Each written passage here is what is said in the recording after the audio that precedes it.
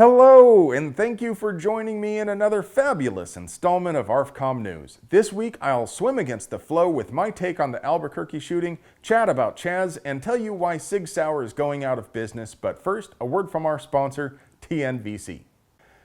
If you like seeing stuff more than not seeing stuff, take a look at our sponsor, TNVC.com, your source for quality night vision gear to make you the bump in the night. First up is this protest which took a wrong turn at Albuquerque. This is all developing as I speak, so if I get any facts wrong, we'll pin a comment to correct. But so far as I see it, here are the facts. There was a protest about a statue of a conquistador where a man in a blue shirt threw a woman to the ground, then got hit by a skateboard, pursued by a mob, and was tackled by one person, at which point, blue shirt guy discharged his handgun. The man who was shot was transported to the hospital and is expected to live. Blue shirt guy was arrested for aggravated battery with a deadly weapon. Also of note is that it appears there were no uniformed police around and that some local militia might have been at the protest, but blue shirt guy isn't seen with them in the video. I don't know of any evidence whether or not he was affiliated with the militia presence. I don't want to get banned by our robot overlords for showing violence because the rules just don't apply equally to our channel. Instead, I'll link the relevant videos in the description and show only still images in this video. There's been a lot of debate and internet lawyering about this one already, but I'd like to try my best to cut to the meaty center right at the middle of this. In the first video that I saw, it looked as though blue shirt guy was absolutely justified and, if anything, waited much longer than was safe or prudent, showing great restraint. The problem is that he injected himself into a volatile situation where, even if he did nothing illegal at all, it would have been easy for people present to claim that he pushed someone. For that matter, any reasonable person knows that unintentional jostling is likely in a place like that, and it could easily escalate. So even if there weren't anything else happening here, it's my personal opinion that the guy made a bad decision by wading into a crowd of agitated and armed protesters. But there was something else. Blue shirt guy is seen here looking as though he's trying to draw a foul, so to speak, and just hoping to beat the tar out of the first person who so much as brushes against him. It doesn't take long for him to get what he's looking for, and he yeets a small female protester right into the ground. Now, you can argue that there's even more context, or that she or someone else initiated physical force, but the legal and moral problem for blue shirt guy is that he intentionally inserted himself into that situation. In many states, including New Mexico, you can't claim self-defense if you started it, so to speak. Lots of folks on the interwebs are really struggling with this part. The argument is always something along the lines of, yeah, but the protesters didn't have the right to escalate from physical force to deadly physical force, or to escalate from speech to violence. The reason these people are having trouble getting their heads around the issue is that they are so accustomed to reflexively choosing a side that seems to align with their values and then going all in to defend it. People forget that both parties can be wrong. You don't have to pick a favorite turd. Let's say you walk up to a group of gnarly looking biker dudes and start talking about their sexuality and their mamas. Is it your right to speak your mind? Well, of course it is. Is it legal or moral for them to pull out a piece of pipe and go to work on you like it's their job? Of course not. But if you then pull a gun and defend yourself from them, you are also wrong.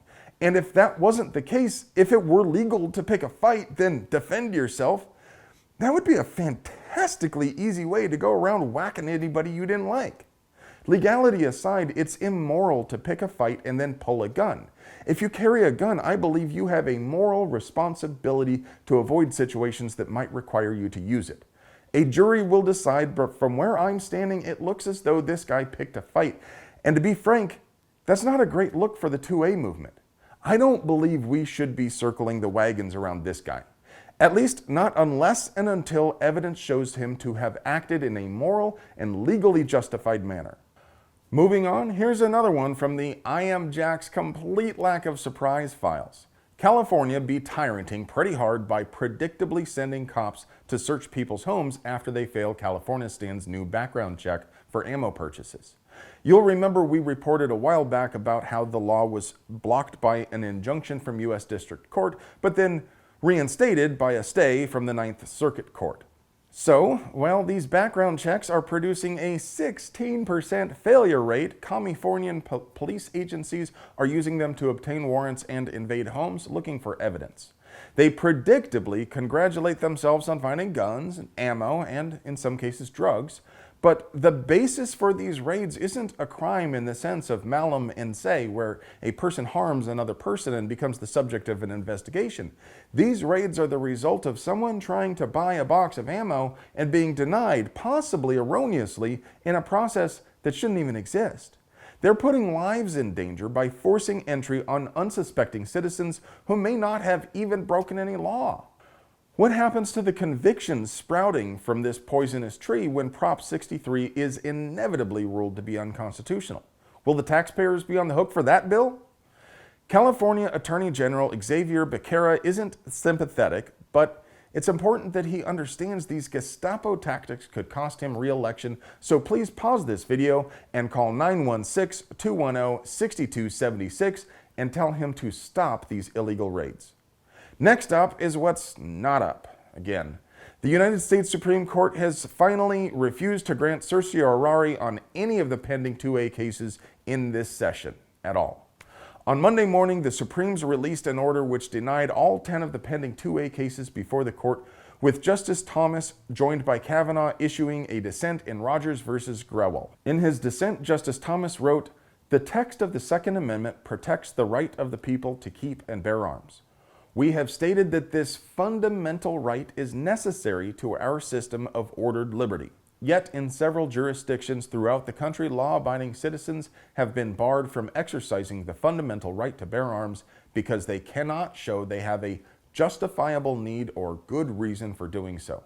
One would think that such an onerous burden on the fundamental right would warrant this court's review.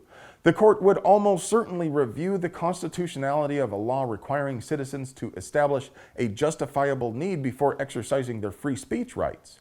And it seems highly unlikely that the court would allow a state to enforce a law requiring a woman to provide a justifiable need before seeking an abortion.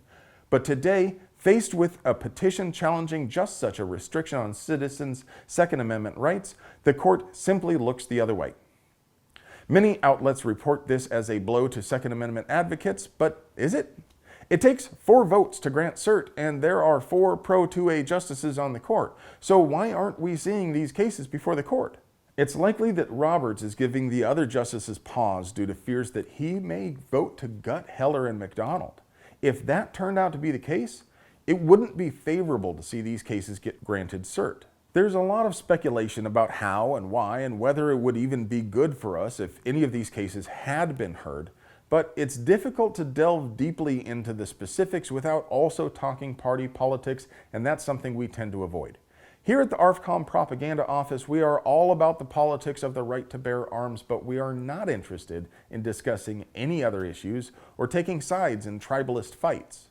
But I do love to watch you guys argue about that stuff in the comments. So let the speculating begin. Will the notorious RBG retire, or will she ride this beast into the ground? Will President Trump get another SCOTUS pick? Will SCOTUS ever take another 2A case? If they do, will they ever apply strict scrutiny? Are we better waiting while citizens are deprived of their Second Amendment rights, or would you rather have seen these cases go before the court? The other thing that's causing a lot of talk lately is HBO confiscating the original Fudd's gun.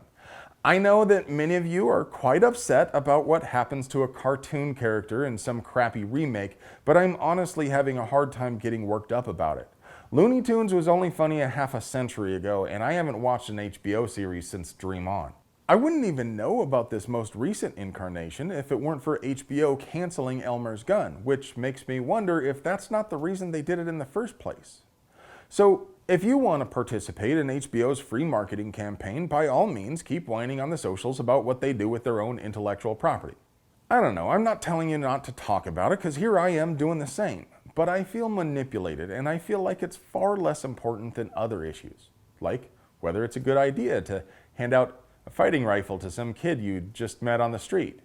Activist Raz Simone, aka Raz of the CHAZ, was captured on video handing a short little AR to a young man who might be old enough to have a gun.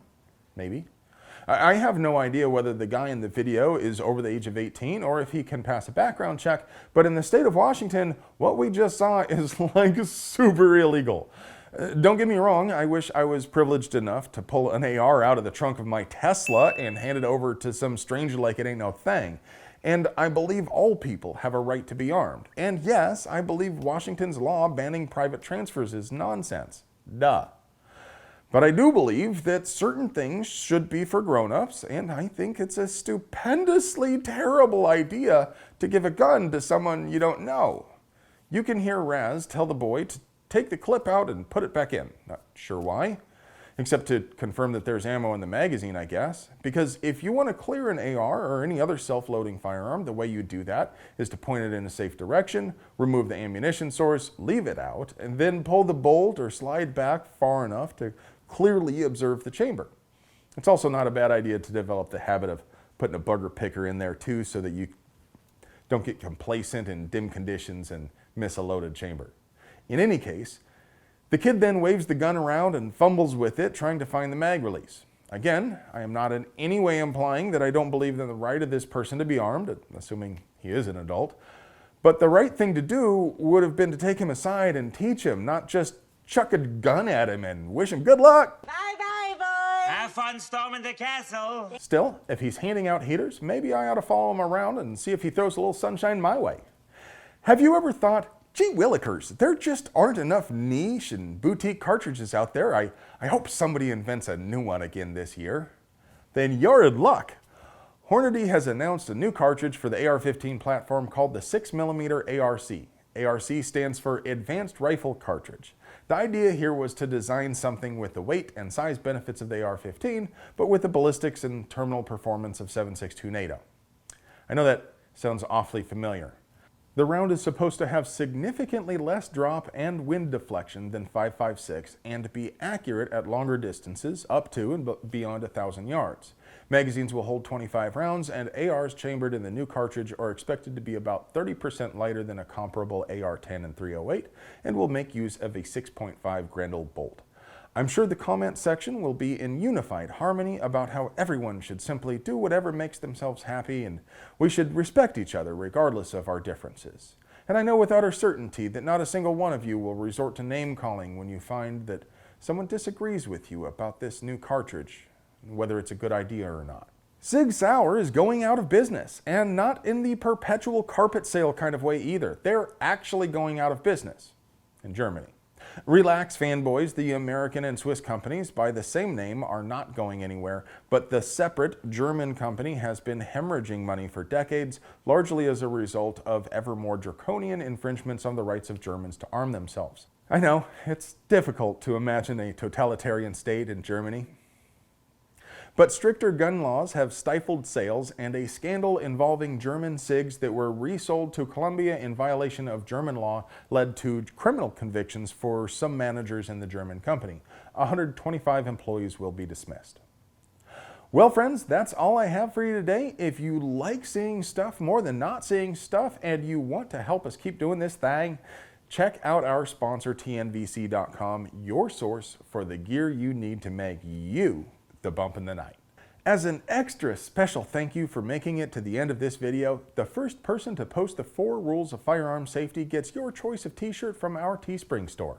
Something engagements, like and share, you know the drill. This is an interactive experience, and our robot overlords in the tube are working harder every day to tell you what you really want to see, and they're pretty sure it's more Jimmy Fallon.